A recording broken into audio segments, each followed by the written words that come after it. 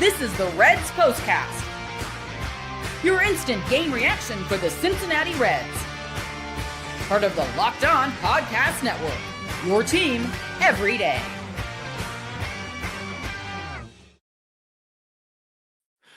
Good morning, Reds fans, and welcome to another edition of the POSTCAST, brought to you by Locked On Reds and the Locked On Podcast Network, your team every day. My name is Tim Daniel, and this episode is brought to you by Game Time. Download the Game Time app, create an account, and use code Locked On for $20 off your first purchase. On tonight's show, we're going to talk about the fact that Elly De La Cruz does some Elly De La Cruz things, and Eugenio Suarez has some big moments with the bat and the glove. But we will start with the fact that Reds eras collide, and Chase Burns gets the best of Luis Castillo. This is what you'll be talking about. So there's going to be a lot of conversation that comes out of this game with regards to Chase Burns. If you listen to Jeff Brantley and what he said during the broadcast, the first thing, like I said, we all knew that there was an ending limit for Chase Burns for the year, and it makes sense why, especially now that the Reds are not going anywhere. But what Jeff Brantley said was that there's no way Chase Burns ends the season in the rotation. Now, that can mean multiple things. Could it mean that he's just shut down for the year? Could it mean that he just goes to the bullpen at that point? Or could it just mean flat out that the Reds just don't know what they're going to do with him? I've been on record to say that I want him to start as many games as he possibly can this season. So hopefully he keeps getting a couple more outings. But also, if you notice that tonight, he left in the fifth after the fifth inning, had 5 shutout innings, and one of the things Brantley said is this is going to be what his next few starts are like. So that was really interesting to me. That was the kind of the conversation. Let's go ahead and get to though his performance, because he won his 12th game of the year tonight. He's 12-1 now. He's got a 2.42 ERA.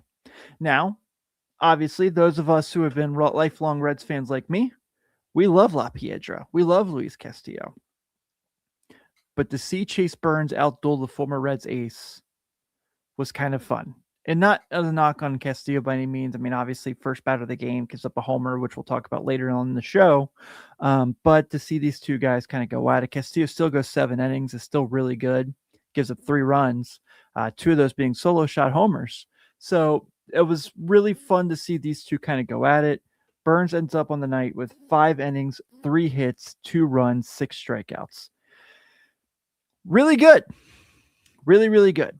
That guy just continues to be awesome. And, you know, there's just a lot of conversation going on right now. And I've talked about this a few times in the show, the sense of like the Reds should trade Hunter Green because they have Chase Burns. And I don't agree with that whatsoever.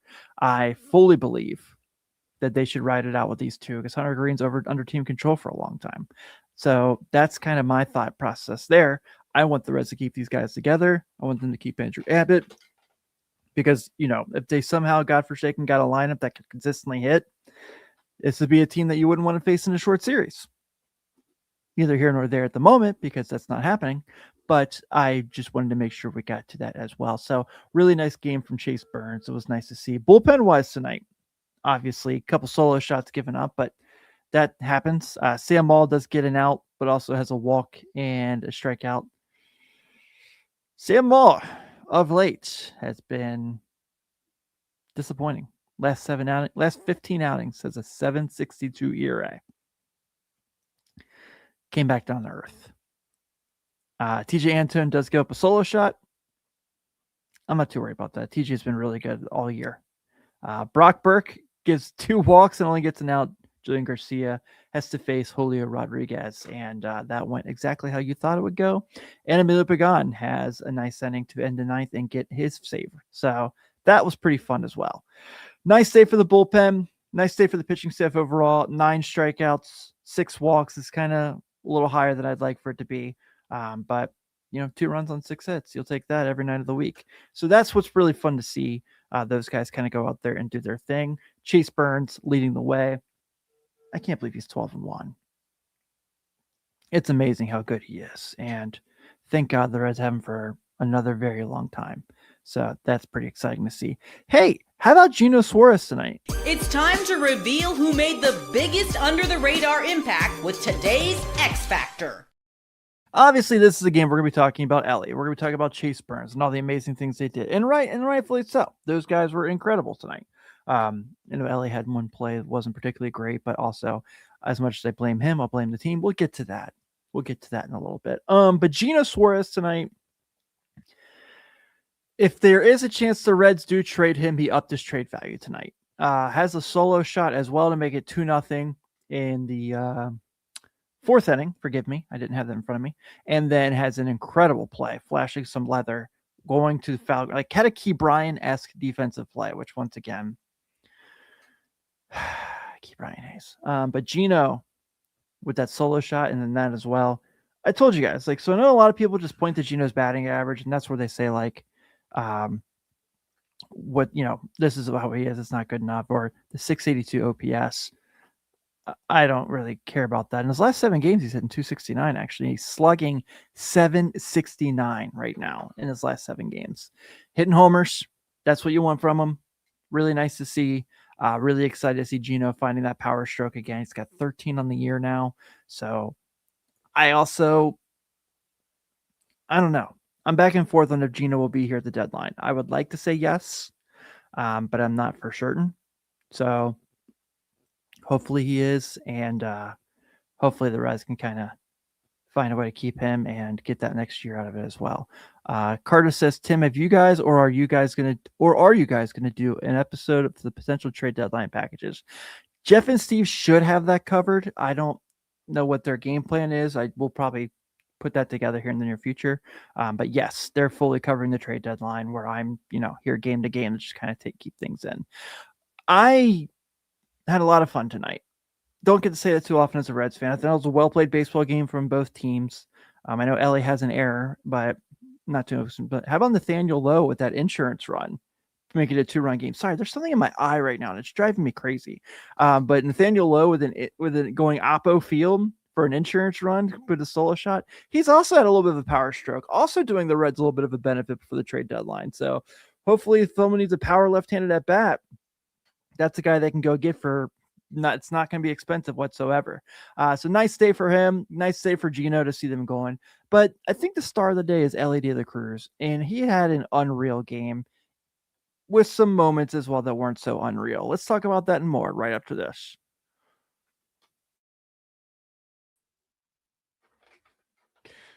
Nothing like watching a Reds game. Even better when you get to watch it live. The excitement, the fans. The only problem, tickets can feel like a grind. Long queues, surprise fees, prices jumping at checkout. That's where there's Game Time. The Game Time app gives fans the advantage with constant innovation. It's how you unlock amazing tickets and experiences in just a few taps. It's simple to use. The Game Time guarantee means you get 100% authentic tickets delivered on time at the best price. And here's the best part. Fees are included in the price you see. What you see is what you pay. Period. If you're looking at maybe going to the Battle of Ohio next week when the Guardians come to town to face the Reds, Game Time's the place to be. You can go on there and see what as deals get closer and closer to the first pitch, the prices drop. You also have your seat view feature where you can see a panoramic view from your exact seat, or the zone deal where you just pick one certain area of the ballpark, Game Time picks the seats, and you save money. 2 taps and it's done. Take the guesswork out of buying MLB tickets with Game Time. Download the Game Time app, create an account, and use code LOCKEDON for $20 off your first purchase. Terms apply. Again, create an account and redeem code LOCKEDON for $20 off. Download the Game Time app today. Support for this episode today is also brought to you by Indeed. Workplace chaos hits and you need the right hire. Indeed Sponsored Jobs helps connect employers with candidates who match specific needs like skills, certifications, and locations. So less time gets spent searching and more time spending the right fit. People are finding quality hires on Indeed right now. And the minute I've been talking to you, companies like yours have made 27 hires on Indeed, according to Indeed data worldwide. Usually the biggest difference isn't something doing more work. It's having somebody who knows exactly what needs to happen and helps everything run smoother. One great addition can have a ripple effect on everyone around them. When you find someone who brings the right skills, attitude, and experience, it makes the group better. That's why finding qualified candidates matters so much, and why tools like Indeed Sponsored Jobs help make that process easier. Spend less time searching and more time actually interviewing candidates who check all your boxes.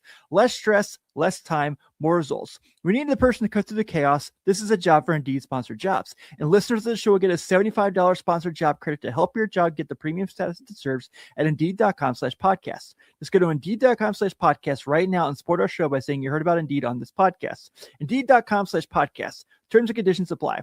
Need to hire? This is a job for Indeed sponsored job. The Reds Postcast is brought to you by FanDuel. Baseball fans, if you think you know who's hitting a homer today, FanDuel is giving you a chance to call your shot with daily dingers. It's easy to play. Just make your free pick for who you think will hit a home run in their game. If you're right, you'll receive a profit boost to use in your next bet for a chance at extra winnings. Best of all, you can make a free pick every day throughout the MLB season. Daily Dingers is another fun way to stay engaged with everyday games. Whether you're following your favorite team or keeping an eye on matchups across the league, every game has someone capable of going deep. Now you get the chance to make your prediction before first pitch. Sometimes it's a hitter who's been on a hot streak, a favorable pitching matchup, or even a ballpark that tends to give up home runs. Those are always the first things you need to look for before making your daily dingers picks. One of my favorite parts of baseball is that every day brings fresh matchups and new storylines. Daily dingers gives you another reason to pay attention before that first pitch. So are you ready to play your game today? Join all the action at FanDuel.com. That's FanDuel.com to play daily dingers and make your free pick on who's hitting a homer. Play ball and swing for the fences on FanDuel, an official partner of the Major League Baseball.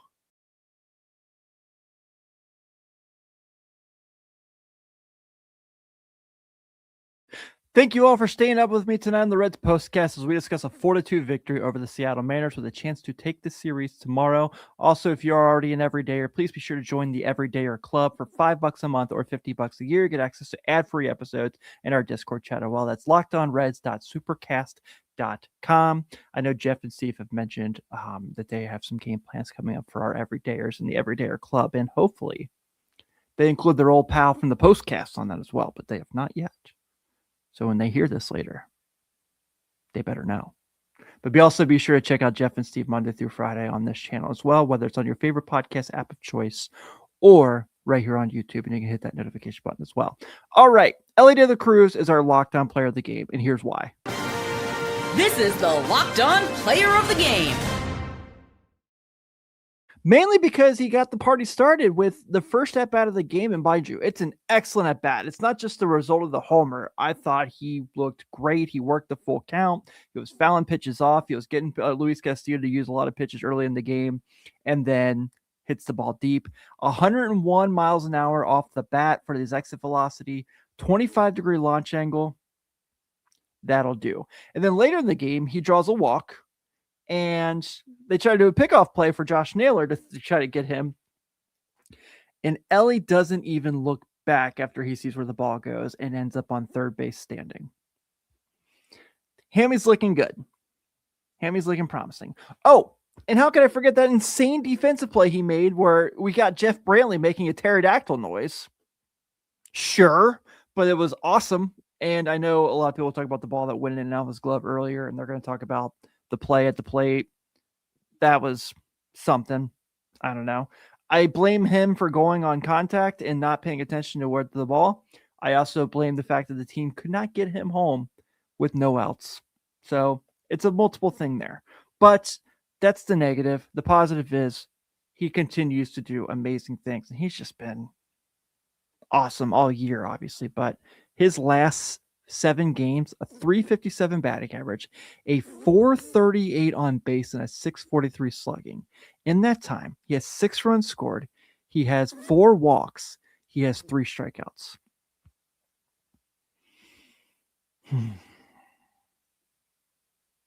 Remember when people were questioning if he was actually any good? I somehow still get these chats. I don't understand what more he can do for you guys. I shouldn't say you guys. That's not fair because the everydayers are in here and they give Elly his flowers, and he's earned his flowers. He's got an 863 OPS. Once again, he did not make the All-Star game. That's so stupid. I can't even stand it. It drives me insane. Other highlights of batters I want to talk about here before we move on. I mentioned Nathaniel Lowe already. Jose Trevino goes 1 for 4 today, so he's been hitting the ball fairly well. It's, of late, him and Tyler Stevenson have obviously done a really good job. TJ Friedl goes 0 for 2 tonight, but draws 2 walks. He's looking a little bit more comfortable, though. I'm not a believer in Friedl whatsoever. His last 30 games have been a disaster. 128, 233, 192 slugging. Yet gets plenty of opportunities to play in the outfield as well. The prospects they got from Seattle tonight go a combined 1 for 7, with a strikeout, Noelvi Marte and Edwin Arroyo. But, we'll take it as well. But the Reds do get a win tonight, and it's super nice to see. And they have a chance to take the series tomorrow. But now the Reds are winners 4-2 over the Mariners. The Reds have 4 runs on 5 hits and no errors. The Mariners have 2 runs on 6 hits and an error. Chase Burns is your winning pitcher. He is now 12-1 with a 2.42. Luis Castillo takes the loss. He is 3-9 with a 4.85, and Emilio Pagan picks up his 8th save of the year. His ERA is down to 5.89, whatever down means there. But tomorrow, the Reds have a chance to take the series against the Seattle Mariners, as Brady Singer will take the hill for the Reds, hopefully continue his really well pitching. He is 4-9 with a 4.56 ERA. He's going against Emerson Hancock, who is 6-4 with a 3.17. And look, this has another chance to be a really nice pitching matchup. Both of these teams, if they have one thing going for them, it's decent starting pitching. I know what ERA says, but now the Reds are kind of coming to their own.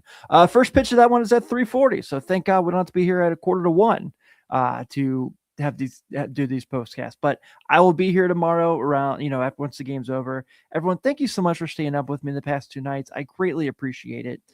Please be sure to go ahead and hit that notification button, and also here to get your subscribe on your podcast app of choice so you can get Jeff and Steve as they recap this game as well tomorrow morning. On behalf of everyone here at Locked On Reds, thank you all so much for spending some time with us, and don't forget lockedonreds.supercast.com to join the Everydayer Club. Thank you all so much. I'm Tim Daniel. Go Red Legs. I will see you tomorrow.